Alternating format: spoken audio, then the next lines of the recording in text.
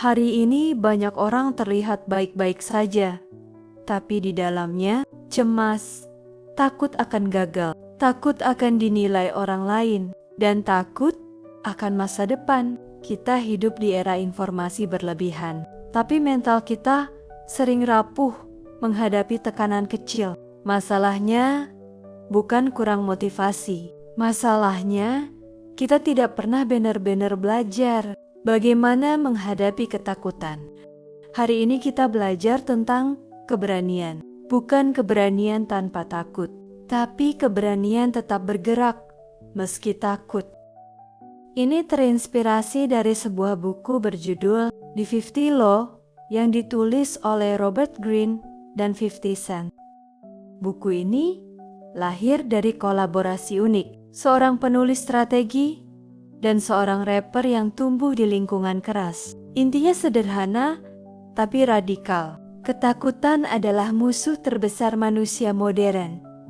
Bukan kekurangan modal, bukan kurang koneksi, bukan kurang bakat, tapi rasa takut yang membatasi keputusan. Ketakutan adalah kekuatan tak terlihat yang mengendalikan sebagian besar keputusan manusia. Bukan karena kita lemah, tapi karena sejak kecil kita dilatih untuk menghindari risiko, mencari aman dan takut gagal. The 50 Law berbicara tentang satu hal besar. Ketakutan adalah penjara yang kita bangun sendiri.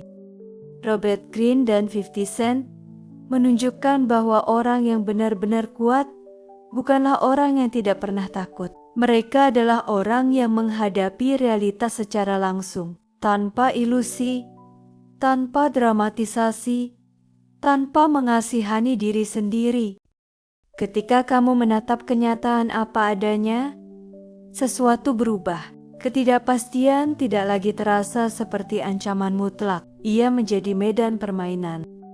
Sebagian besar kecemasan lahir dari bayangan masa depan. Kita membayangkan kegagalan sebelum mencobanya. Kita membayangkan penolakan sebelum berbicara.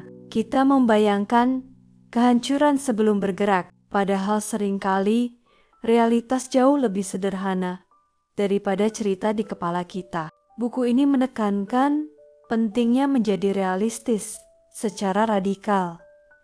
Dunia tidak selalu adil, persaingan tidak selalu bersih, orang tidak selalu tulus. Tetapi menerima fakta itu bukan berarti menjadi sinis. Itu berarti menjadi siap. Ketika kamu berhenti berharap dunia akan lembut, kamu berhenti kecewa. Ketika kamu berhenti takut kehilangan, kamu mulai bebas bertindak. Ada kekuatan besar dalam sikap tidak tergantung. Ketika harga dirimu tidak lagi ditentukan oleh validasi orang lain, keputusanmu menjadi lebih jernih. Kamu tidak mudah digoyahkan opini. Kamu tidak panik oleh kritik. Kamu tidak runtuh oleh kegagalan. Keberanian dalam buku ini bukan agresif, bukan keras kepala.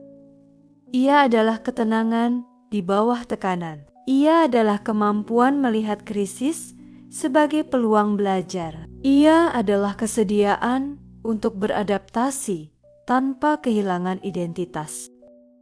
Dalam dunia sekarang, pesan ini sangat relevan. Kita hidup di era ketidakpastian. Teknologi berubah cepat. Pekerjaan bisa tergantikan. Reputasi bisa hancur dalam satu unggahan. Informasi membanjiri pikiran setiap hari. Semua itu memicu kecemasan kolektif. Banyak orang akhirnya memilih jalan aman, tidak mencoba terlalu besar, tidak berbicara terlalu berani, tidak bermimpi terlalu tinggi. Namun justru di era seperti ini, keberanian menjadi aset langka. Orang yang mampu menerima realitas tanpa panik akan bergerak lebih cepat. Orang yang tidak dikendalikan rasa takut akan mengambil peluang saat yang lain ragu. Orang yang adaptif akan bertahan saat sistem berubah. Ketakutan memang tidak pernah benar-benar hilang. Tetapi ketika kamu memahami bahwa ia hanya sinyal, bukan kebenaran mutlak, kamu berhenti tunduk padanya.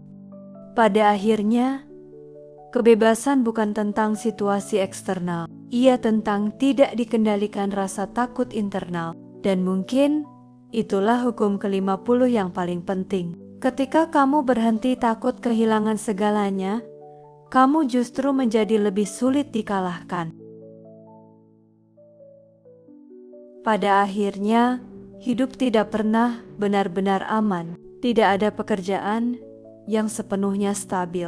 Tidak ada bisnis yang bebas risiko. Tidak ada reputasi yang kebal dari kritik. Kita bisa mengatur strategi. Kita bisa membuat rencana. Kita bisa menghitung peluang. Tapi kita tidak pernah bisa menghilangkan ketidakpastian.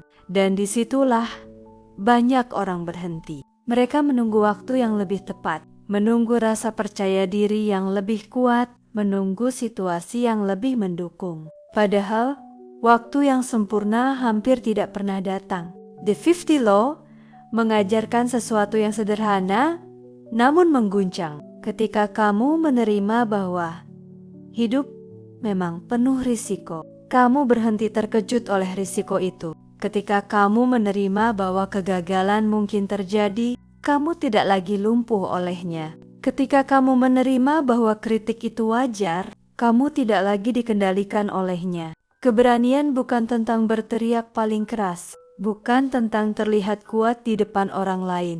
Keberanian adalah keputusan sunyi di dalam diri. Apapun yang terjadi, saya tetap bergerak. Karena selama kita masih hidup, ketakutan akan selalu ada. Yang berubah hanyalah seberapa besar kita memberinya kuasa. Jika ketakutan memimpin, hidup terasa sempit, pilihan terasa sedikit, langkah terasa berat. Tapi jika kita yang memimpin, ketakutan hanya menjadi suara latar, bukan penentu arah. Mungkin hari ini kamu sedang menghadapi sesuatu, keputusan besar, perubahan karir, langkah baru, atau bahkan hanya keberanian untuk memulai sesuatu yang kecil. Pertanyaannya bukan lagi, apakah saya takut? Karena hampir pasti jawabannya iya. Pertanyaannya adalah, apakah saya tetap bergerak meski takut? Karena di titik itulah mentalitas berbeda mulai terbentuk. Di titik itulah kamu berhenti menjadi penonton hidupmu sendiri dan mulai menjadi pelakunya. Setelah belajar menciptakan, setelah belajar memimpin, hari ini kita belajar menghadapi realitas, menghadapi risiko, menghadapi diri sendiri, dan mungkin kebebasan terbesar bukan tentang memiliki segalanya, tapi tentang tidak lagi dikendalikan rasa takut kehilangan. Jika buku ini membuatmu berpikir lebih dalam, melihat dunia lebih jernih, dan menghadapi hidup dengan lebih berani, lanjutkan perjalanan ini bersama dengan cara subscribe channel ini dan nyalakan notifikasinya. Karena kita tidak sedang membangun motivasi sesaat, kita sedang membangun mentalitas yang tahan lama. Sampai jumpa di video berikutnya.